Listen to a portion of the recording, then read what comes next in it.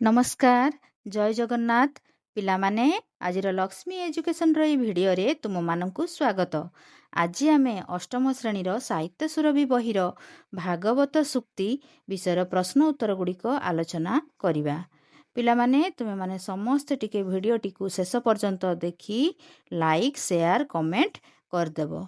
Channel रे नुआ थिले चैनल को सब्सक्राइब करिवो काहेकि ना आगो को ऑल सब्जेक्ट रो ऑल चैप्टर रो भिडियो आसीबा पई जाउची। तुमे माने एही चैनल रे ही पाई परिबो। तेबे चलो आरंभ करिबा। पाठ्य अंतर्गत म बुझिबारे आस कविता को भल भावे पढ़िबा बुझिबा और उत्तर लिखिबा। क निम्नलिखित प्रश्न गुड़िकर ठीक उत्तर पाखरे तारा चिन्ह देबा। 1 नंबर अनेक जन्म तप फले मनुष्य जन्म मही तले काहा जोगु पृथ्वी रे मनुष्य जन्म लाभ करे बोली उपरलिखित पदरे कुहा जाइछि।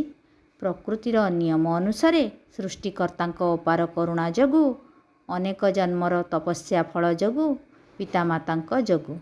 एहार सठिक उत्तर हेबो अनेक जन्मर तपस्या फल जोगु। एहा ही सठिक उत्तर। एहा पाखरे आमे तारा चिन्ह देबा। 2 नंबर ता जन्म धन्य ए संसारे जे रहे पर उपकारे ए संसार रे काहार जन्म धन्य होइथाय जी सबु बळे परर उपकार करुथाय जी अनेक धन संपदर अधिकारी होइथाय जी सर्वदा निजर उन्नति कथा चिंता करुथाय जी परर उपकार कथा चिंता भी करे नाही। एहार सठिक उत्तर हेबो क जी सबु बळे परर उपकार करुथाय। तेणु आमे एही उत्तर पाखरे तारा चिन्ह देबा। एबे परवर्ती प्रश्न को जिबा।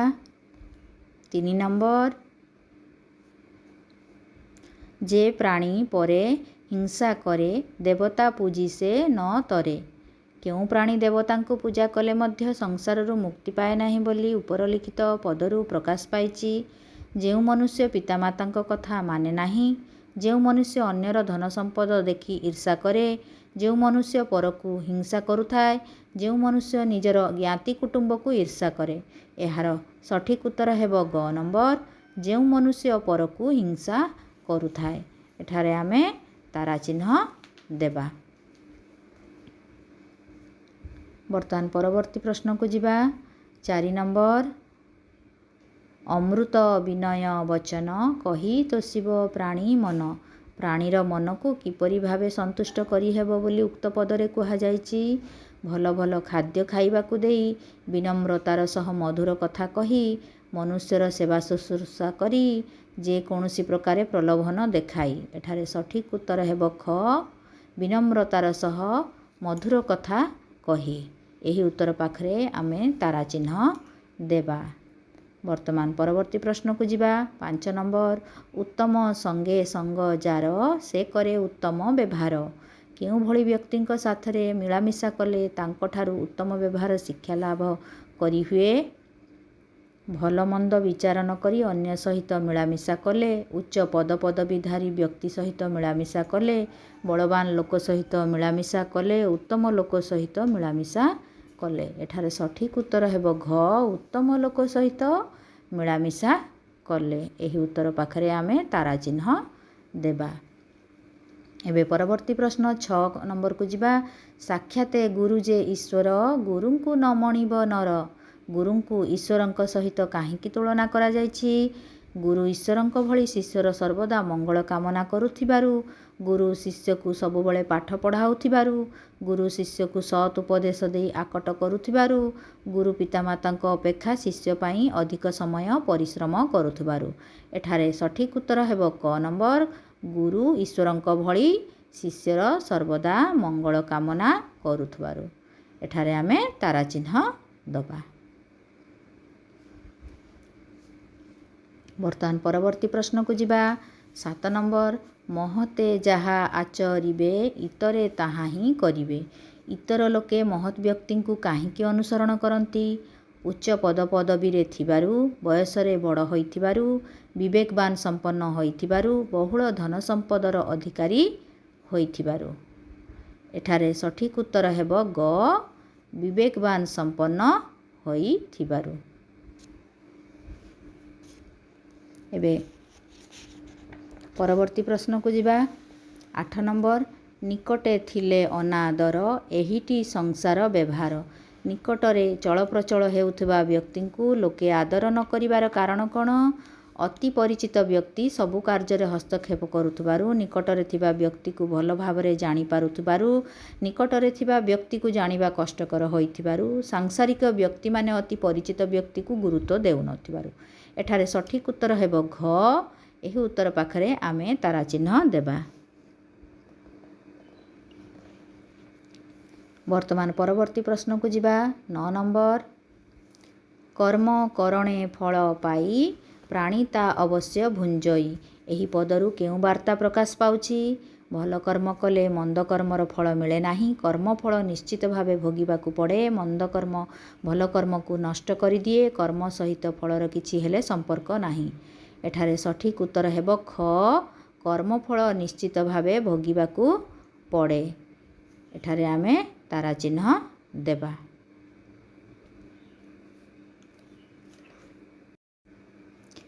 ବର୍ତ୍ତମାନ ମିଳିମିଶି ଯୋଡ଼ିବା। କ ସ୍ତମ୍ଭରେ କେତେଗୁଡ଼ିଏ ପଦ ଦିଆଯାଇଛି। ଖ ସ୍ତମ୍ଭରେ ସେଗୁଡ଼ିକର ଅର୍ଥ ଦିଆଯାଇଛି। ଠିକ୍ ପଦ ସହିତ ଠିକ୍ ଅର୍ଥ ଖ ସ୍ତମ୍ଭରୁ ବାଛି ରେଖା ଟାଣି ଯୋଗ କରିବା। ତେବେ କ ସ୍ତମ୍ଭର ପଦ ସହିତ ତାହାର ଅର୍ଥଗୁଡ଼ିକ ଖ ସ୍ତମ୍ଭରେ ଦିଆଯାଇଛି। ତେବେ ଚାଲ ଦେଖିବା। 1 ନମ୍ବରରେ, ତା ଜନ୍ମ ଧନ୍ୟ ଏ ସଂସାରରେ ଯେ ରହେ ପର ଉପକାରେ। ଏହାର ଅର୍ଥ। 3 ନମ୍ବର, ଯିଏ ପରର ଉପକାର ସାଧନ ପାଇଁ ନିଜକୁ ନିୟୋଗ କରିଥାଏ ତାର ଜନ୍ମ ଏ ସଂସାରରେ ଧନ୍ୟ ବୋଲି ଗଣାଯାଏ। ତେବେ 1 ନମ୍ବରକୁ ଆମେ ଖ ସ୍ତମ୍ଭର 3 ନମ୍ବର ସହିତ ଯୋଡ଼ିବା। ଏବେ ନେକ୍ସଟ 2 ନମ୍ବର, ଯେ ପ୍ରାଣୀ ପରେ ହିଂସା କରେ ଦେବତା ପୂଜି ସେ ନ ତରେ। ଏହାର ଅର୍ଥ, ଯେଉଁ ପ୍ରାଣୀ ସବୁବେଳେ ଅନ୍ୟକୁ ହିଂସା କରୁଥାଏ ସେ ଦେବତାଙ୍କୁ ଯେତେ ପୂଜା କଲେ ମଧ୍ୟ ସଂସାରରୁ ତରି ନଥାଏ।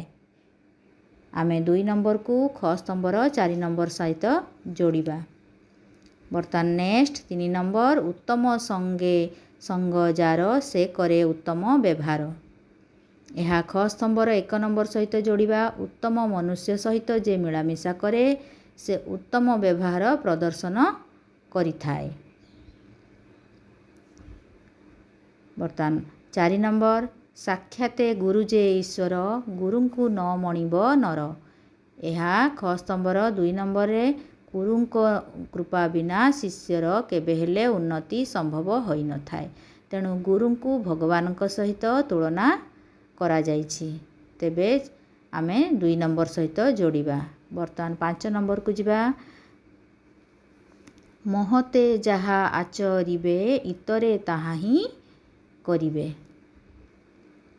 ଏହାକୁ ଆମେ 6 ନମ୍ବର ସହିତ ଯୋଡ଼ିବା। ମହତ ବ୍ୟକ୍ତିର ଆଚାର ବ୍ୟବହାର ଏବଂ ମହତ କାର୍ଯ୍ୟ ପ୍ରତି ଅନ୍ୟ ଲୋକେ ଆକର୍ଷିତ ହୋଇ ସେହି କାର୍ଯ୍ୟ କରିଥାନ୍ତି। ତେବେ ଆମେ ଖ ସ୍ତମ୍ଭର 6 ନମ୍ବର ସହିତ ଯୋଡ଼ିବା। ବର୍ତ୍ତମାନ 6 ନମ୍ବର, କର୍ମ କରଣେ ଫଳ ପାଇ ପ୍ରାଣୀ ତା ଅବଶ୍ୟ ଭୁଞ୍ଜଇ। ଏହା 5 ନମ୍ବର, ମନୁଷ୍ୟ ଯେଉଁ କର୍ମ କରିଥାଏ ତାକୁ ସେହି କର୍ମର ଫଳ ନିଶ୍ଚିତ ଭାବେ ଭୋଗ କରିବାକୁ ପଡ଼ିଥାଏ। ଏହାକୁ ଆମେ ଖ ସ୍ତମ୍ଭର 5 ନମ୍ବର ସହିତ ଯୋଡ଼ିବା। ତେବେ ପିଲାମାନେ ନିଜ ବହିରେ ଏଗୁଡ଼ିକ ଗାର ଟାଣି ନେବ। ବର୍ତ୍ତମାନ ପରବର୍ତ୍ତୀ ପ୍ରଶ୍ନକୁ ଯିବା। ଖ, ନିମ୍ନର କ ସ୍ତମ୍ଭରେ ଥିବା ପାଦକୁ ଖ ସ୍ତମ୍ଭରେ ଥିବା ଉପଯୁକ୍ତ ପାଦ ସହିତ ଯୋଡ଼ି ସମ୍ପୂର୍ଣ୍ଣ ପଦଟିକୁ ଲେଖ। ବର୍ତ୍ତମାନ ଦେଖିବା କ ସ୍ତମ୍ଭରେ କ'ଣ ଦିଆଯାଇଛି। ଅନେକ ଜନ୍ମ ତପ ଫଳେ। ଏହାର ବାକି ପଦଟି କେଉଁଠି ଅଛି ନା ଖ ସ୍ତମ୍ଭରେ 4 ନମ୍ବର, ମନୁଷ୍ୟ ଜନ୍ମ ମହି ତଳେ। 4 ନମ୍ବର ସହିତ ଆମେ ଯୋଡ଼ିଦେବା। ବର୍ତ୍ତମାନ ନେକ୍ସଟ 2 ନମ୍ବର, ତା ଜନ୍ମ ଧନ୍ୟ ଏ ସଂସାରେ। ଏହାକୁ ଆମେ 5 ନମ୍ବର, ଯେ ରହେ ପର ଉପକାରେ। ଏହା ସହିତ ଆମେ ଯୋଡ଼ିଦେବା। ବର୍ତ୍ତମାନ 3 ନମ୍ବରକୁ ଯିବା। ଅମୃତ ବିନୟ ବଚନ କହି ତୋଷିବ ପ୍ରାଣୀ ମନ, ଏହା ଖ ସ୍ତମ୍ଭର 1 ନମ୍ବର ସହିତ ଯୋଡ଼ିଦେବା। 4 ନମ୍ବର ଉତ୍ତମ ସଙ୍ଗେ ସଙ୍ଗ ଯାର, ସେ କରେ ଉତ୍ତମ ବ୍ୟବହାର, 2 ନମ୍ବର ସାଙ୍ଗରେ ଯୋଡ଼ିବା। 5 ନମ୍ବର ସାକ୍ଷାତେ ଗୁରୁ ଯେ ଈଶ୍ୱର, ଗୁରୁଙ୍କୁ ନ ମଣିବ ନର, ଏହାକୁ ଆମେ 8 ନମ୍ବର ସହିତ ଯୋଡ଼ିବା।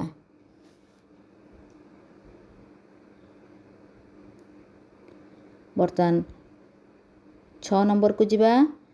ମହତେ ଯାହା ଆଚରିବେ, ଇତରେ ତାହା ହିଁ କରିବେ, ଏହାକୁ ଆମେ 9 ନମ୍ବର ସହିତ ଯୋଡ଼ିବା। ତାପରେ 7 ନମ୍ବର ନିକଟେ ଥିଲେ ଅନାଦର, ଏହାକୁ ଆମେ ଖ ସ୍ତମ୍ଭର ଏହିଟି ସଂସାର ବ୍ୟବହାର, 3 ନମ୍ବର ସାଙ୍ଗରେ ଯୋଡ଼ିବା। 7 ନମ୍ବର।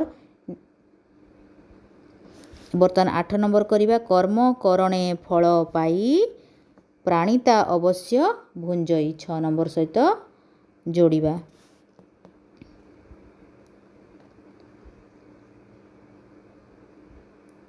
ଏବେ 9 ନମ୍ବର ଯେ ପ୍ରାଣୀ ପରେ ହିଂସା କରେ, ଦେବତା ପୂଜି ସେ ନ ତରେ, ଏହାକୁ ଖ ସ୍ତମ୍ଭର 7 ନମ୍ବର ସହିତ ଆମେ ଯୋଡ଼ିବା।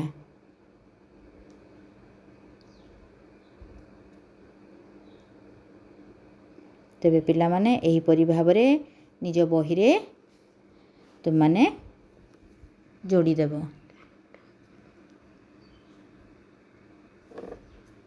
ବର୍ତ୍ତମାନ ପରବର୍ତ୍ତୀ ପ୍ରଶ୍ନକୁ ଯିବା।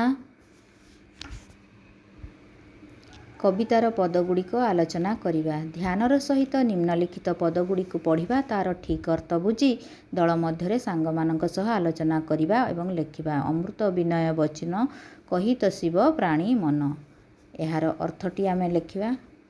ଏହାର ଉତ୍ତର। ଏହି ପଂକ୍ତିରେ କବି ମଧୁର ଓ ବିନୟପୂର୍ଣ୍ଣ କଥାର ମହତ୍ତ୍ୱକୁ ସୁନ୍ଦର ରୂପେ ପ୍ରକାଶ କରିଛନ୍ତି। ମଧୁର ଓ ବିନୟପୂର୍ଣ୍ଣ ବଚନ ଦ୍ୱାରା ପ୍ରାଣୀର ମନ ଓ ହୃଦୟ ପ୍ରସନ୍ନ ହୁଏ, ଅନ୍ତରରେ ଶାନ୍ତି ପ୍ରକଟ ହୋଇଥାଏ ଏବଂ ସମ୍ପର୍କ ମଜବୁତ ହୋଇଥାଏ। ମନୁଷ୍ୟର ବଚନରେ ଅଶେଷ ଶକ୍ତି ଭରି ରହିଛି। କଠୋର ଓ ଅହଙ୍କାରପୂର୍ଣ୍ଣ ବଚନ ହୃଦୟକୁ ଆଘାତ ଦିଏ, କିନ୍ତୁ କୋମଳ ଓ ବିନମ୍ର କଥା ଦୁଃଖ ହରଣ କରିଥାଏ। ତେଣୁ ଆମେ ଅମୃତ ସମ ମଧୁର ବଚନ କହି ଅନ୍ୟମାନଙ୍କର ମନକୁ ତୋଷ କରିବା ଉଚିତ।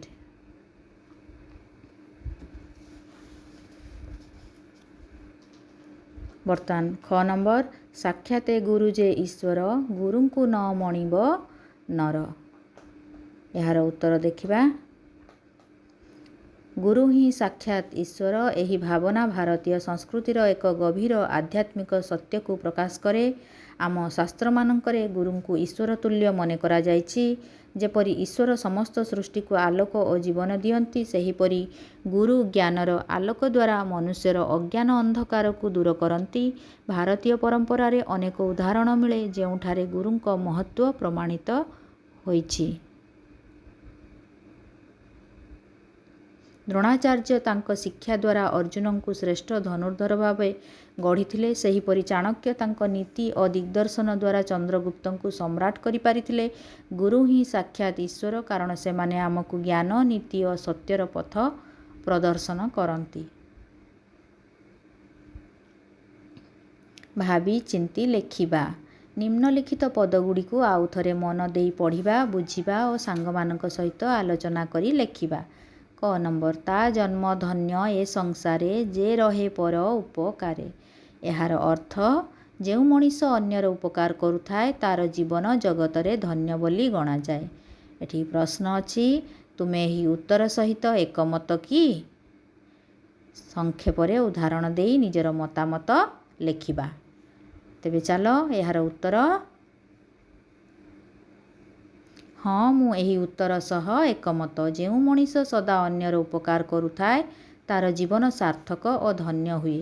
ମନୁଷ୍ୟ ଜନ୍ମ କେବଳ ନିଜ ସ୍ୱାର୍ଥ ପୂରଣରେ ନୁହେଁ, ବରଂ ସମାଜ ପାଇଁ କିଛି କରିବାରେ ହିଁ ସାର୍ଥକ ହୋଇଥାଏ। ଉଦାହରଣ ସ୍ୱରୂପ ମଦର ଟେରେସା ସବୁବେଳେ ଦୁର୍ବଳ ଓ ଦରିଦ୍ର ଲୋକଙ୍କର ସେବା କରି ଜଗତରେ ସମ୍ମାନ ଲାଭ କରିଥିଲେ। ସେ ନିଜ ଜୀବନକୁ ଅନ୍ୟମାନଙ୍କ ସେବାରେ ଉତ୍ସର୍ଗ କରିଥିଲେ, ଯାହା ପାଇଁ ତାଙ୍କର ଜନ୍ମ ଧନ୍ୟ ବୋଲି ମନେ କରାଯାଏ। ଜଣେ ଛାତ୍ର ଯଦି ତା'ର ସହପାଠୀଙ୍କୁ ପାଠପଢ଼ାରେ ସାହାଯ୍ୟ କରେ କିମ୍ବା କେହି ଅସୁବିଧାରେ ପଡ଼ିଥିବା ସମୟରେ ସାହାଯ୍ୟର ହାତ ବଢ଼ାଏ, ସେ ମଧ୍ୟ ସମାଜରେ ସମ୍ମାନ ଲାଭ କରିଥାଏ। ପରବର୍ତ୍ତୀ ପ୍ରଶ୍ନକୁ ଯିବା। ଖ ନମ୍ବର, ଉତ୍ତମ ସଙ୍ଗ ଯାର ସେ କରେ ଉତ୍ତମ ବ୍ୟବହାର। ଏହାର ଅର୍ଥ ଉତ୍ତମ ମଣିଷ ସାଙ୍ଗରେ ସାଙ୍ଗ ହେବା ଫଳରେ ସେହି ବ୍ୟକ୍ତି ମଧ୍ୟ ତା'ଠାରୁ ଉତ୍ତମ ବ୍ୟବହାର ଶିକ୍ଷା କରି ତା ଆଚରଣରେ ପ୍ରଦର୍ଶନ କରିଥାଏ। ଏଠାରେ ପ୍ରଶ୍ନ, ଏହା କ'ଣ ସମ୍ଭବ? ତୁମେ ତୁମ ଜୀବନରେ ଏପରି କେବେ ଅନୁଭବ କରିଛ କି? ତୁମର ସେହି ଅନୁଭବକୁ ସଂକ୍ଷେପରେ ଲେଖ। ଏହାର ଉତ୍ତର, ମନୁଷ୍ୟ ଯେଉଁ ପରିବେଶରେ ରହେ ଓ ଯେଉଁମାନଙ୍କ ସହ ମିଳାମିଶା କରେ, ସେହି ଗୁଣଗୁଡ଼ିକ ଧୀରେ ଧୀରେ ଆହରଣ କରିଥାଏ। ଉତ୍ତମ ମଣିଷଙ୍କ ସହିତ ରହିଲେ ସତ୍ୟବାଦିତା, ଶିଷ୍ଟାଚାର ଆଦି ଭଲ ଗୁଣ ଶିଖିଥାଏ। ସେହିପରି କୁସଙ୍ଗ ମନୁଷ୍ୟକୁ ପଥଭ୍ରଷ୍ଟ କରିଥାଏ। ମୁଁ ନିଜ ଜୀବନରେ ଏପରି ଅନୁଭବ କରିଛି। ବିଦ୍ୟାଳୟରେ ଛାତ୍ରାବାସ ରହଣି ସମୟରେ ମୋର ଉପରେ ଶ୍ରେଣୀର ପଢ଼ୁଥିବା ଜଣେ ବଡ଼ ଭାଇ ବହୁତ ଶିଷ୍ଟ, ପରିଶ୍ରମୀ ଓ ଶିକ୍ଷକମାନଙ୍କର ଶ୍ରଦ୍ଧାଶୀଳ ଥିଲେ। ତାଙ୍କ ସହ ଅଧିକ ମିଳାମିଶା କରିବାରୁ ମୁଁ ମଧ୍ୟ ପାଠପଢ଼ାରେ ମନୋନିବେଶ କରିବା, ସମୟର ମୂଲ୍ୟ ବୁଝିବା ଓ ସୁନ୍ଦର ଭାବରେ କଥା ହେବା ପ୍ରଭୃତି ଶିକ୍ଷା କଲି।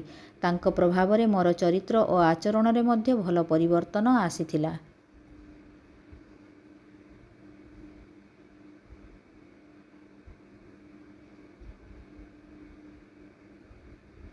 ଗ ନମ୍ବର, କର୍ମ କରଣେ ଫଳ ପାଇ ପ୍ରାଣିତା ଅବଶ୍ୟ ଭୁଞ୍ଜଇ। ଏହାର ଅର୍ଥ, ଏଠାରେ କର୍ମର ପ୍ରାଧାନ୍ୟ ଦିଆଯାଇଛି। ଯିଏ ଯେଉଁଭଳି କାର୍ଯ୍ୟ କରେ ତା'ର ଫଳ ସେହି ପ୍ରାଣୀ ନିଶ୍ଚିତ ଭାବେ ଭୋଗ କରିଥାଏ। ପ୍ରଶ୍ନ, ତୁମେ ତୁମର ପାଠପଢ଼ା ଉପରେ ବିଚାର କର। ନିଜ କର୍ମର ଫଳ ସେହି ଅନୁଯାୟୀ କେତେ ପାଇବ, ତାହା ମଧ୍ୟ କଳନା କର। ଏଥର ନିଜର ଅନୁଭବ ସମ୍ପର୍କରେ ସଂକ୍ଷେପରେ ଲେଖ। ଏହାର ଉତ୍ତର, ମୁଁ ମୋର ପାଠପଢ଼ା ସମ୍ବନ୍ଧରେ ବେଳେବେଳେ ବିଚାର କରେ। ଯେତେବେଳେ ମୁଁ ନିୟମିତ ଭାବରେ ପଢ଼େ, ଶିକ୍ଷକଙ୍କ କଥା ଧ୍ୟାନ ଦେଇ ଶୁଣେ ଏବଂ ଘରୋଇ ପାଠପଢ଼ା ଠିକ୍ ସମୟରେ ସମ୍ପୂର୍ଣ୍ଣ କରେ, ସେତେବେଳେ ପରୀକ୍ଷାରେ ଭଲ ନମ୍ବର ରଖେ। କିନ୍ତୁ ଯଦି ଆଳସ୍ୟ କରି ପଢ଼ାରେ ଅବହେଳା କରେ, ତେବେ ପରୀକ୍ଷାରେ ଭଲ କରେ ନାହିଁ। ଏଥିରୁ ମୁଁ ବୁଝିଛି ଯେ ମୋ କର୍ମ ଉପରେ ମୋର ଭବିଷ୍ୟତ ନିର୍ଭର କରେ। ଯଦି ମୁଁ କଷ୍ଟ କରି ପାଠ ପଢ଼ିବି, ତେବେ ଆଗାମୀ ଦିନରେ ତା'ର ସୁଫଳ ପାଇବି।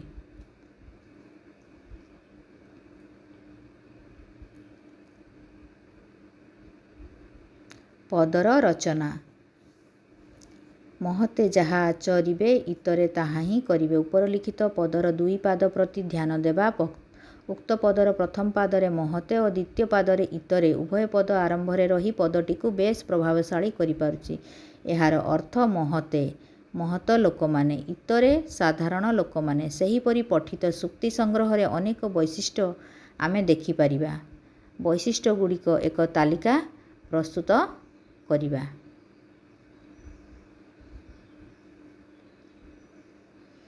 ଏଠାରେ ତାଲିକାଗୁଡ଼ିକ ଦିଆଯାଇଛି। 1 ନମ୍ବର, ଦୁଇ ପାଦରେ ଗୋଟିଏ ପଦ ଗଠନ କରାଯାଇଛି। ପ୍ରତ୍ୟେକ ପାଦର ଅକ୍ଷର ସଂଖ୍ୟା ନିର୍ଦ୍ଦିଷ୍ଟ ଏବଂ 9 ଅକ୍ଷର ବିଶିଷ୍ଟ। 2 ନମ୍ବର, ପ୍ରତ୍ୟେକ ପାଦ ପଠନ ନିମନ୍ତେ ନିର୍ଦ୍ଦିଷ୍ଟ ସମୟ ବିନିଯୋଗ ହୋଇଥାଏ।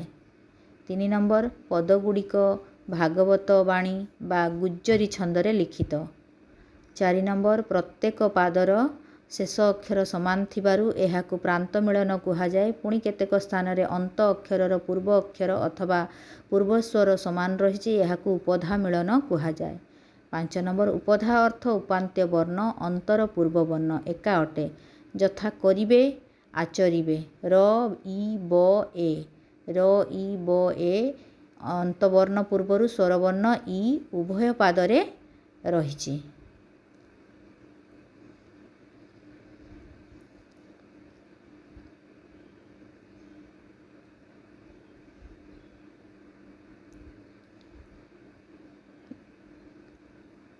ଛ ନମ୍ବର, ଗାୟନ ସମୟରେ ତୃତୀୟ, ପଞ୍ଚମ ଓ ଶେଷ ଅକ୍ଷର ଉପରେ ଜ୍ୟୋତିପାତ ହୁଏ। ଜ୍ୟୋତିପାତ ଅର୍ଥ ରଚନା ବା ଛନ୍ଦର ବିଭିନ୍ନ ସ୍ଥାନରେ ବିରାମ ବା ବିଶ୍ରାମର ନିୟମିତତା। 3, 2, 4 ଜ୍ୟୋତିପାତ କ୍ରମର ଅକ୍ଷର ସଂଖ୍ୟା। 7 ନମ୍ବର, ପଦମାନଙ୍କ ମଧ୍ୟରେ ଏକ ପ୍ରକାର ଶବ୍ଦ ଥରକୁ ଥର କିମ୍ବା ଦୁଇଥର ବ୍ୟବହାର କରାଯାଇଛି, ଯଥା ଜନ୍ମ ଓ ବ୍ୟବହାର। 8 ନମ୍ବର, ଏଠାରେ ସମାନ ଦୁଇଟି ପଦର ଗୋଟିକରେ ଏକାର ଯୋଗ ହେବା ଫଳରେ ଏହାର ଶାବ୍ଦିକ ପ୍ରୟୋଗରୁ ଭିନ୍ନ ଅର୍ଥ ପ୍ରକାଶ ପାଉଛି, ଯଥା ସଙ୍ଗ ସଙ୍ଗେ। ଉପରଲିଖିତ ବୈଶିଷ୍ଟ୍ୟଗୁଡ଼ିକ କେଉଁ କେଉଁ ପଦରେ ରହିଛି ତାହା ଲେଖିବା। ଭାଗବତ ସୂକ୍ତି ସଂଗ୍ରହ କବିତାଟିରେ ଏହିପରି ଅନେକ ଶବ୍ଦର ପ୍ରୟୋଗ ହୋଇଛି, ଯେଉଁଥିରେ ମୂଳ ଶବ୍ଦ ସହ ଏକାର ଯୋଗ କରାଯାଇ ଭିନ୍ନ ଅର୍ଥ ପ୍ରକାଶ କରାଯାଇଛି। କବିତାରେ ଥିବା ସେହିପରି କିଛି ପଦ ହେଉଛି ତପଫଳ ତପ ଫଳେ, ମହୀତଳ ମହୀ ତଳେ, ସଂସାର ସଂସାରେ, ଉପକାର ଉପକାରେ ଏବଂ ଆଚରିବ ଆଚରିବେ। ଏଠାରେ ମୂଳ ଶବ୍ଦରେ ଏକାର ଯୋଗ କରିବା ଫଳରେ ଏହା ରେ ସପ୍ତମୀ ବିଭକ୍ତି ଅର୍ଥକୁ ବୁଝାଉଛି, ଯେପରିକି ସଂସାରେ ଅର୍ଥାତ୍ ସଂସାରରେ କିମ୍ବା ତପଫଳ ଅର୍ଥାତ୍ ତପ ଫଳରେ। ଅନୁମାନ ଓ କଳ୍ପନା। ଆସ ସମସ୍ତେ ମିଳିମିଶି ଆଲୋଚନା କରିବା। କ ନମ୍ବରରେ ଦିଆହେଇଛି ଅମୃତ ବିନୟ ବଚନ କହି ତୋଷିବ ପ୍ରାଣୀ ମନ। ଯଦି ସମସ୍ତେ ନିଜର କଥାକୁ କୋମଳ ତଥା ବିନୀତ ଭାବରେ ପ୍ରକାଶ କରିବେ, ତେବେ ଶୁଣୁଥିବା ଲୋକଙ୍କ ମନରେ କି ଭାବ ଜାଗ୍ରତ ହେବ? ତେବେ ଚାଲ ଏହାର ଉତ୍ତର ଦେଖିବା। ଯଦି ସମସ୍ତେ ନିଜର କଥାକୁ କୋମଳ ତଥା ବିନୀତ ଭାବରେ ପ୍ରକାଶ କରିବେ, ତେବେ ଶୁଣୁଥିବା ଲୋକଙ୍କ ମନରେ ଆନନ୍ଦ ଓ ସନ୍ତୋଷ ଭାବନା ଜାଗ୍ରତ ହେବ। ଏହାଦ୍ୱାରା ସମାଜରେ ଶାନ୍ତି ଓ ସହଯୋଗର ପରିବେଶ ଗଠିତ ହେବ। ନେକ୍ସଟ, ବିନୟ ବଚନ କହୁନଥିବା ବ୍ୟକ୍ତିର କି କ୍ଷତି ହେବ ବୋଲି ଭାବୁଛ? ଏହାର ଉତ୍ତର, ନମ୍ର ଓ କୋମଳ କଥା ମଣିଷର ଚରିତ୍ରକୁ ସୁନ୍ଦର କରି ଗଢ଼ିଥାଏ। ମାତ୍ର ବିନୟ ବଚନ କହୁନଥିବା ବ୍ୟକ୍ତି ଅନେକ କ୍ଷତିର ସମ୍ମୁଖୀନ ହୋଇଥାଏ, କାରଣ କଠୋର ଭାବରେ କହୁଥିବା ଲୋକକୁ କେହି ଭଲ ପାଆନ୍ତି ନାହିଁ, ସେମାନଙ୍କ ଠାରୁ ଦୂରେଇ ଯାଆନ୍ତି। ଅନେକ ସମୟରେ ଏହା ପାଇଁ ବିବାଦ ଓ ଝଗଡ଼ା ହେବାର ସମ୍ଭାବନା ରହିଥାଏ। ପରବର୍ତ୍ତୀ ପ୍ରଶ୍ନ, ଏହିଭଳି ଯଦି ସମାଜରେ ସଭିଏଁ କଥାବାର୍ତ୍ତା କରିବେ, ତେବେ ସମାଜର କି ପରିବର୍ତ୍ତନ ହୋଇପାରିବ? ଏହାର ଉତ୍ତର, ଯଦି ସମାଜରେ ସମସ୍ତେ ବିନୟ ଓ କୋମଳ ଭାବରେ କଥାବାର୍ତ୍ତା କରିବେ, ତେବେ ସମାଜରେ ଶାନ୍ତି ଓ ଏକତା ସୃଷ୍ଟି ହେବ। ଏପରି ଆଚରଣ ଦ୍ୱାରା ପରିବାର, ପଡ଼ୋଶୀ ଓ ସମଗ୍ର ସମାଜରେ ସୁଖଦ ଓ ସୁସ୍ଥ ପରିବେଶ ସୃଷ୍ଟି ହେବ। ନେକ୍ସଟ, ବିନୟ ବଚନକୁ ଅମୃତ ପଦ ସହିତ ଯୋଗ କାହିଁକି କରାଯାଇଛି? ଅମୃତ ସଦୃଶ ଖାଦ୍ୟ ଖାଇଲେ ସେଥିରୁ ଜୀବନ ଓ ଶକ୍ତି ମିଳେ। ସେହିପରି ବିନୟପୂର୍ଣ୍ଣ କଥା ଶୁଣିଲେ ମନକୁ ଆନନ୍ଦ ଓ ସନ୍ତୋଷ ମିଳିଥାଏ।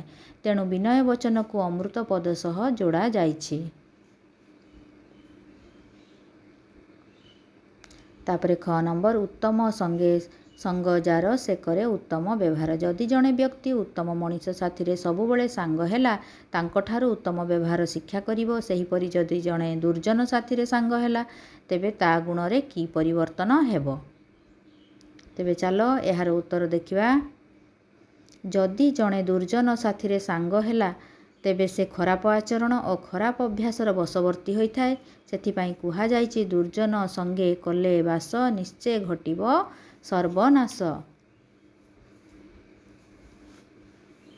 ଏବେ ପରବର୍ତ୍ତୀ ପ୍ରଶ୍ନକୁ ଯିବା। ଯଦି ସମାଜରେ ଉତ୍ତମ ଲୋକଙ୍କ ସଂଖ୍ୟା ଦିନକୁ ଦିନ ବୃଦ୍ଧି ପାଏ, ତେବେ ସମାଜରେ କି ଉନ୍ନତି ସାଧିତ ହେବ?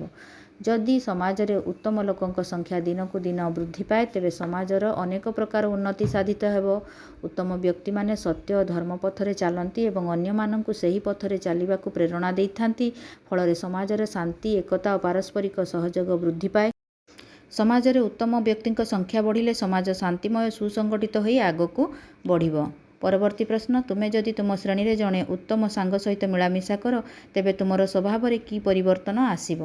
ଏହାର ଉତ୍ତର, ଯଦି ମୁଁ ଶ୍ରେଣୀରେ ଜଣେ ଉତ୍ତମ ସାଙ୍ଗ ସହିତ ମିଳାମିଶା କରେ, ତେବେ ମୋ ସ୍ୱଭାବରେ ଅନେକ ପରିବର୍ତ୍ତନ ହେବ। ସେ ଯଦି ଭଲ ପଢ଼ୁଥାଏ ଓ ଉତ୍ତମ ଆଚରଣ ପ୍ରଦର୍ଶନ କରୁଥାଏ, ତେବେ ମୁଁ ମଧ୍ୟ ତା ଭଳି ହେବାକୁ ପ୍ରେରଣା ଲାଭ କରିବି। ଏହାଦ୍ୱାରା ମୋର ଶିଷ୍ଟାଚାର, ଦାୟିତ୍ୱବୋଧ ଓ ଆତ୍ମବିଶ୍ୱାସ ବଢ଼ିବ। ପରବର୍ତ୍ତୀ ପ୍ରଶ୍ନ, ନିଜ ବ୍ୟକ୍ତିର ସଙ୍ଗତି ଫଳରେ କ'ଣ କ୍ଷତି ହେବ ବୋଲି ତୁମେ ଭାବୁଛ? ଏହାର ଉତ୍ତର, ନିଜ ବ୍ୟକ୍ତିର ସଙ୍ଗତି ଫଳରେ ମଣିଷ ସମାଜରେ ଲଜ୍ଜିତ ହୁଏ, ସମ୍ମାନ ହରାଏ ଏବଂ ତାର ଭବିଷ୍ୟତ ଅନ୍ଧକାରମୟ ହୋଇଯାଏ। ପରବର୍ତ୍ତୀ ପ୍ରଶ୍ନ, ଗ ନମ୍ବର, ସାକ୍ଷାତେ ଗୁରୁ ଯେ ଈଶ୍ୱର, ଗୁରୁଙ୍କୁ ନ ମଣିବ ନର। ଗୁରୁଙ୍କୁ ଅବହେଳା କଲେ ଶିଷ୍ୟର ଅବନତି ହେବ ବୋଲି କାହିଁକି ଭାବୁଛ? ଏହାର ଉତ୍ତର, ଗୁରୁ ହେଉଛନ୍ତି ଶିଷ୍ୟଙ୍କ ଜୀବନର ମାର୍ଗଦର୍ଶକ। ସେ ଶିଷ୍ୟଙ୍କୁ ଜ୍ଞାନ, ଶିଷ୍ଟାଚାର ଓ ଉତ୍ତମ ଆଚରଣ ଶିଖାଇ ଠିକ୍ ପଥରେ ପରିଚାଳିତ କରିଥାନ୍ତି। ଯଦି ଶିଷ୍ୟ ଗୁରୁଙ୍କୁ ଅବହେଳା କରେ, ତେବେ ଶିଷ୍ୟର ଜ୍ଞାନ, ଚରିତ୍ର ଓ ଜୀବନର ଉନ୍ନତିରେ ଅବନତି ଦେଖାଦିଏ। ଗୁରୁ ଦିବସ ଦିନ ପୂଜା କଲେ ତୁମମାନଙ୍କ ମନରେ ଗୁରୁଙ୍କ ପ୍ରତି କେଉଁଭଳି ଭାବନା ଜାଗ୍ରତ ହୁଏ? ଭାବ। ତେବେ ଚାଲ ଏହାର ଉତ୍ତର। ଗୁରୁ ଦିବସ ଦିନ ଗୁରୁଙ୍କୁ ପୂଜା କଲେ ଆମ ମନରେ ଗୁରୁଙ୍କ ପ୍ରତି ଗଭୀର ସମ୍ମାନ, କୃତଜ୍ଞତା ଓ ଭକ୍ତିର ଭାବନା ଜାଗ୍ରତ ହୋଇଥାଏ। ଗୁରୁଙ୍କ ଆଶୀର୍ବାଦ ଓ ଉପଦେଶ ଛାତ୍ରମାନଙ୍କୁ ଭଲ ମଣିଷ ହେବାକୁ ପ୍ରେରଣା ଦେଇଥାଏ। ଗୁରୁ ଦିବସ ପାଳନ କରିବା ଅବସରରେ ଆମ ମନରେ ଗୁରୁଙ୍କ ପ୍ରତି ଅଧିକ ଶ୍ରଦ୍ଧା, ଭକ୍ତି ଓ ତାଙ୍କ ଶିକ୍ଷାକୁ ଅନୁସରଣ କରିବାର ଇଚ୍ଛା ଜାଗ୍ରତ ହୋଇଥାଏ। ନେକ୍ସଟ, ଗୁରୁ ଜଣେ ସାଧାରଣ ମଣିଷ ନୁହନ୍ତି। ଗୁରୁଙ୍କର କେଉଁ କାର୍ଯ୍ୟ ଦେଖି ତୁମେ ଏଭଳି କଥାକୁ ଗ୍ରହଣ କରୁଛ? ତେବେ ଚାଲ ଏହାର ଉତ୍ତର। ଗୁରୁ ଜଣେ ସାଧାରଣ ମଣିଷ ନୁହନ୍ତି ବୋଲି ଆମେ ତାଙ୍କ କାର୍ଯ୍ୟ ଓ ଗୁଣ ଦେଖି ବୁଝିପାରୁ। ଗୁରୁ ନିଜର ଜ୍ଞାନ, ଆଦର୍ଶ ଓ ଅନୁଭବ ଦ୍ୱାରା ଶିଷ୍ୟକୁ ସଠିକ୍ ଜୀବନ ପଥ ପ୍ରଦର୍ଶିତ କରନ୍ତି। ଗୁରୁଙ୍କର ସବୁଠାରୁ ମହତ୍ କାର୍ଯ୍ୟ ହେଉଛି ଶିଷ୍ୟର ଅଜ୍ଞାନ ଅନ୍ଧକାରକୁ ଦୂର କରି ଜ୍ଞାନର ଆଲୋକ ପ୍ରଦାନ କରିବା। ସେ ଶିଷ୍ୟକୁ ଭଲମନ୍ଦର ଭେଦ ବୁଝାଇ ନୈତିକତା, ଶିଷ୍ଟାଚାର, ମାନବତାର ମୂଲ୍ୟବୋଧ ଶିଖାନ୍ତି। ଏହି ସମସ୍ତ କାରଣରୁ ଗୁରୁଙ୍କୁ ସାଧାରଣ ମଣିଷ ରୂପେ ମନେ କରାଯାଏ ନାହିଁ। ତାଙ୍କୁ ସମାଜର ନିର୍ମାତା ଓ ଜ୍ଞାନର ପ୍ରଦୀପ ବୋଲି ଗ୍ରହଣ କରାଯାଏ। ଈଶ୍ୱର ଆମ ପାଇଁ କ'ଣ କ'ଣ କରନ୍ତି? ଗୁରୁ ଆମ ପାଇଁ କ'ଣ କ'ଣ କରିପାରିବେ? ସାଙ୍ଗମାନଙ୍କ ସହିତ ଆଲୋଚନା କର।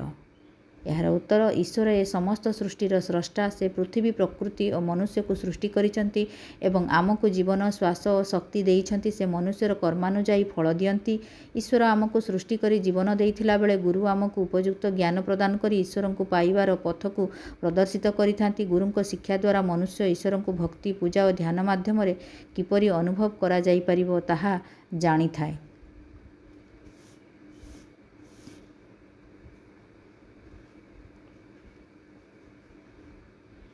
ଘ ନମ୍ବର। ନିକଟେ ଥିଲେ ଅନାଦର, ଏହିଟି ସଂସାର ବ୍ୟବହାର। ଆମର କଥାରେ ଅଛି, ଅତି ପରିଚୟ ଗୌରବ ନଷ୍ଟ। ଏହି ପ୍ରବଚନ ସହିତ ଉପରଲିଖିତ ପଦର କିପରି ସମ୍ପର୍କ ଅଛି ସାଙ୍ଗମାନଙ୍କ ସହ ମିଶି ଆଲୋଚନା କରିବା। ତେବେ ଚାଲ ଏହାର ଉତ୍ତର ଦେଖିବା। ଅତି ପରିଚୟ ଗୌରବ ନଷ୍ଟ। ଏହି ପ୍ରବଚନ ସହିତ ଉପରଲିଖିତ ପଦଟି ଏକ ପ୍ରକାର ସତ୍ୟକୁ ପ୍ରକାଶ କରେ। ଯେଉଁ ବ୍ୟକ୍ତି ସ୍ଥାନ ସହିତ ମନୁଷ୍ୟ ଅତ୍ୟଧିକ ପରିଚିତ ହୋଇଥାଏ, ସେଥିପ୍ରତି ତା'ର ଆଗ୍ରହ ଓ ସମ୍ମାନ ହ୍ରାସ ପାଏ। ଉଦାହରଣ ସ୍ୱରୂପ, ଗଙ୍ଗା ନଦୀ କୂଳରେ ବସବାସ କରୁଥିବା ଲୋକମାନେ ଏହାର ଜଳକୁ ନିକୃଷ୍ଟ କାର୍ଯ୍ୟରେ ମଧ୍ୟ ବ୍ୟବହାର କରନ୍ତି। ମାତ୍ର ଗଙ୍ଗା ନଦୀଠାରୁ ବହୁ ଦୂରରେ ବାସ କରୁଥିବା ବ୍ୟକ୍ତିମାନେ ଏହାର ପବିତ୍ର ଜଳକୁ ସଂଗ୍ରହ କରି ଓ ଯତ୍ନର ସହିତ ଘରକୁ ଆଣି ପୂଜା ଅର୍ଚ୍ଚନାରେ ବ୍ୟବହାର କରନ୍ତି।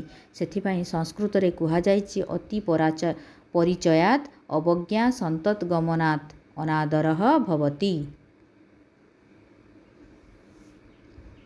ନେକ୍ସଟ, ଜଣେ ଜ୍ଞାନୀ ଗୁଣୀ ବ୍ୟକ୍ତିଙ୍କ ସହ ଅତି ପରିଚିତ ଥିଲେ ମଧ୍ୟ ତାଙ୍କ ପ୍ରତି ତୁମର ଭାବନା କିମ୍ବା ବ୍ୟବହାର କିପରି ରହିବା ଉଚିତ ହେବ? ଏହାର ଉତ୍ତର। ଜଣେ ଜ୍ଞାନୀ ଗୁଣୀ ବ୍ୟକ୍ତିଙ୍କ ସହ ଅତି ପରିଚିତ ଥିଲେ ମଧ୍ୟ ତାଙ୍କ ପ୍ରତି ଆମର ଭାବନା ଓ ବ୍ୟବହାର ସର୍ବଦା ଶ୍ରଦ୍ଧାପୂର୍ଣ୍ଣ ହେବା ଉଚିତ।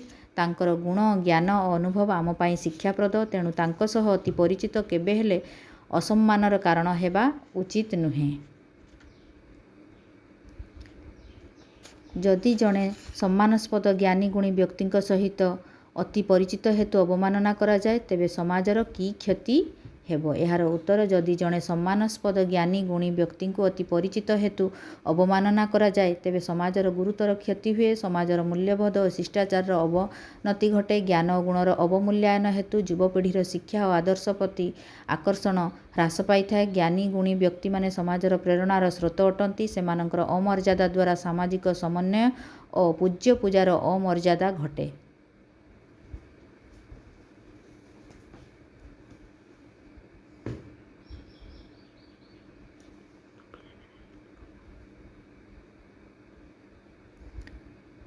ଦୂର ପର୍ବତ ସୁନ୍ଦର। ପ୍ରବଚନଟିର ଏ କ୍ଷେତ୍ରରେ କିପରି ସାମଞ୍ଜସ୍ୟ ରହୁଛି ବୋଲି ଭାବୁଛ? ନିଜ ଅନୁଭୂତିରୁ କିଛି କହିବା। ଦୂର ପର୍ବତ ସୁନ୍ଦର। ପ୍ରବଚନର ଅର୍ଥ ହେଲା ଦୂରରେ ଥିବା ବ୍ୟକ୍ତି ବା ସ୍ଥାନ ଆମକୁ ସବୁବେଳେ ଆକର୍ଷଣୀୟ ବୋଧ ହୁଅନ୍ତି। ଏହି ପ୍ରବଚନର ଏହି ପଦ ସହିତ ସମ୍ପୂର୍ଣ୍ଣ ସାମଞ୍ଜସ୍ୟ ରହିଛି।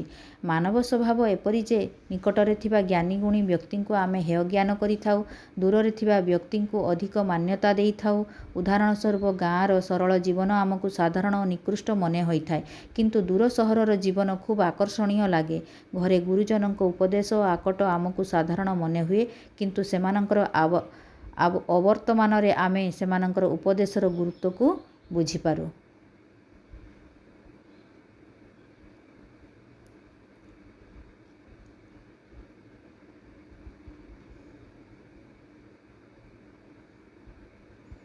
ପରବର୍ତ୍ତୀ ପ୍ରଶ୍ନକୁ ଯିବା। ପ୍ରବଚନ ଓଡ଼ିଆ ଭାଷାରେ ଲୋକବାଣୀ, ଲୋକଙ୍କ ମୁହଁରେ ବଞ୍ଚି ରହିଛି। ଏହାର ଅନ୍ୟ ନାମ ହେଲା ପ୍ରବାଦ କିମ୍ବା ପ୍ରବଚନ। ଏମାନେ କଥିତ ଭାଷାରେ ବିଶେଷ ଭାବରେ ପ୍ରଚଳିତ ଜନପ୍ରିୟ ଉକ୍ତି। ସମାଜରେ ଶିକ୍ଷାଦାନ ଉଦ୍ଦେଶ୍ୟରେ ଏହାର ବହୁଳ ପ୍ରୟୋଗ ହୋଇଥାଏ। ଏହା ହେଉଛି ବାକ୍ୟ ଓ ଖଣ୍ଡକାବ୍ୟ। କର୍ମ କରଣେ ଫଳ ପାଇ ପ୍ରାଣୀ ତା ଅବଶ୍ୟ ଭୁଞ୍ଜଇ। କଠିନ ପରିଶ୍ରମ କରି ମଧ୍ୟ ପରୀକ୍ଷାରେ ସନ୍ତୋଷଜନକ ଫଳ ନ ମିଳିଲେ ତୁମର ପରବର୍ତ୍ତୀ କର୍ତ୍ତବ୍ୟ କ'ଣ ହେବା ଉଚିତ? ସାଙ୍ଗମାନଙ୍କ ସହିତ ବିଚାର କରି ନିଜର ମତ ପ୍ରକାଶ କରିବା।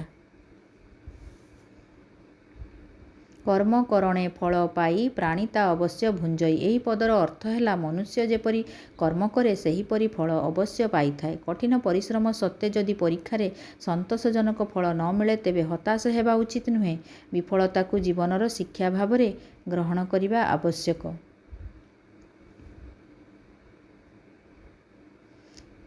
ନେକ୍ସଟ, ତୁମେ ତୁମ ପାଠପଢ଼ାରେ ଅବହେଳା କରୁଥିଲେ ନିଜକୁ କେମିତି ସଜାଡ଼ିବ ସାଙ୍ଗମାନଙ୍କ ସହ ଆଲୋଚନା କରିବା। ଉତ୍ତର, ପ୍ରଥମେ ନିଜର ତ୍ରୁଟି ଖୋଜିବା ଓ ପାଠପଢ଼ା ପ୍ରସ୍ତୁତିରେ କେଉଁଠି ଅଭାବ ରହିଛି ତାହା ବିଚାର କରିବା ଆବଶ୍ୟକ। ଉପଯୁକ୍ତ ସମୟ ସାରଣୀ ପ୍ରସ୍ତୁତ କରି ତଦନୁଯାୟୀ ନିୟମିତ ପାଠପଢ଼ା ଅଭ୍ୟାସ କରିବା ଆବଶ୍ୟକ। ଶିକ୍ଷକ ଓ ଅଭିଭାବକଙ୍କ ପରାମର୍ଶ ଗ୍ରହଣ କରି ଆତ୍ମବିଶ୍ୱାସର ସହ ପୁନର୍ବାର ପ୍ରୟାସ କଲେ ନିଶ୍ଚିତ ରୂପେ ସଫଳତା ମିଳିବ। ବିଫଳତା ଯୋଗୁଁ ଭାଙ୍ଗି ପଡ଼ିବା ଅପେକ୍ଷା ଅଧିକ ସଚେତନ ଓ ଯୋଜନାବଦ୍ଧ ଭାବରେ ପ୍ରୟାସ କରିବା ଆବଶ୍ୟକ।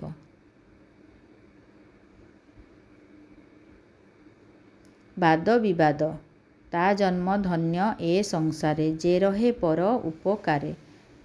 ଏହି ପଦର ଆଜିକାଲି ସମୟରେ କ'ଣ ମହତ୍ତ୍ୱ ଅଛି ସେଥିପାଇଁ ଗୋଟିଏ ବାଦ ବିବାଦ ପ୍ରତିଯୋଗିତା ଶ୍ରେଣୀରେ ଆୟୋଜନ କରିବା। ଗୋଟିଏ ଦଳ ସପକ୍ଷରେ ଏବଂ ଅନ୍ୟ ଦଳଟି ବିପକ୍ଷରେ କହିବେ। ତୃତୀୟ ଦଳଟି ଠିକ୍ ନିଷ୍ପତ୍ତି ନେବେ, ଠିକ୍ ଉତ୍ତରଟି କହିବେ। ଉଦାହରଣ, ସପକ୍ଷ ଦଳ ପରଲୋକର ଉପକାର କଲେ ଜୀବନ ଧନ୍ୟ ହୁଏ। ବିପକ୍ଷ ଦଳ ପରର ଉପକାର କଲେ ନିଜର ଅନେକ କ୍ଷତି ହୁଏ। ସପକ୍ଷ ଓ ବିପକ୍ଷରେ ହୋଇଥିବା ତର୍କର ଆଲୋଚନାକୁ ନିଜ ଖାତାରେ ଲେଖିବେ। ଶେଷରେ ତୃତୀୟ ଦଳ ସ୍ଥିର କରାଯାଇଥିବା ଠିକ୍ ଉତ୍ତରଟିକୁ ସମସ୍ତଙ୍କୁ ଜଣାଇ ଦେବା। ଓଡ଼ିଆ ଭାଗବତ ସୂକ୍ତି। ସୂକ୍ତିମାଳାରୁ ସଂଗୃହୀତ ପଦଗୁଡ଼ିକରେ କେଉଁ କେଉଁ ଭାବ ପ୍ରକାଶ ପାଉଛି ସେଗୁଡ଼ିକ ନିଜ ଦଳର ସାଙ୍ଗମାନଙ୍କ ସହିତ ଆଲୋଚନା କରି ନିମ୍ନ ରେଖାଚିତ୍ରରେ ପ୍ରକାଶ କରିବା। ଏଠାରେ ଦୁଇଟି ଉଦାହରଣ ଦିଆଯାଇଛି। ଯେପରି ଲେଖା ହେଇଛି, ମନୁଷ୍ୟ ଜନ୍ମ ଶ୍ରେଷ୍ଠ ଜନ୍ମ, ପରର ଉପକାର କରିବା। ସେହିପରି ଆଉ କ'ଣ ହେଇପାରିବ? ସେହିପରି ଆମେ କ୍ଷମା ଓ ଶାନ୍ତି ଲେଖିପାରିବା।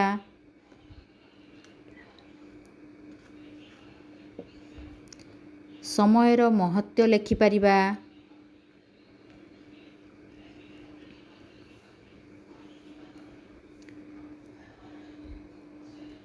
ଦୟାବାନ ହେବା।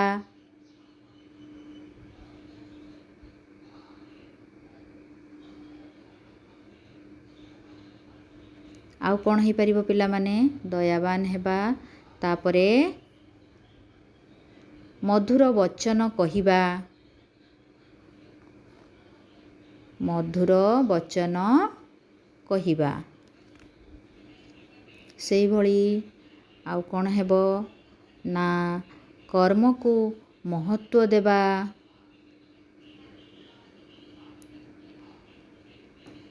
କର୍ମକୁ ମହତ୍ତ୍ୱ ଦେବା।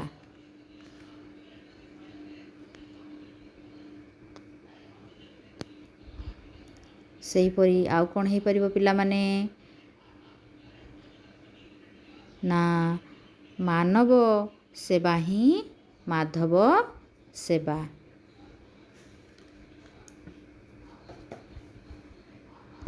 ମାନବ ସେବା ହିଁ ମାଧବ ସେବା।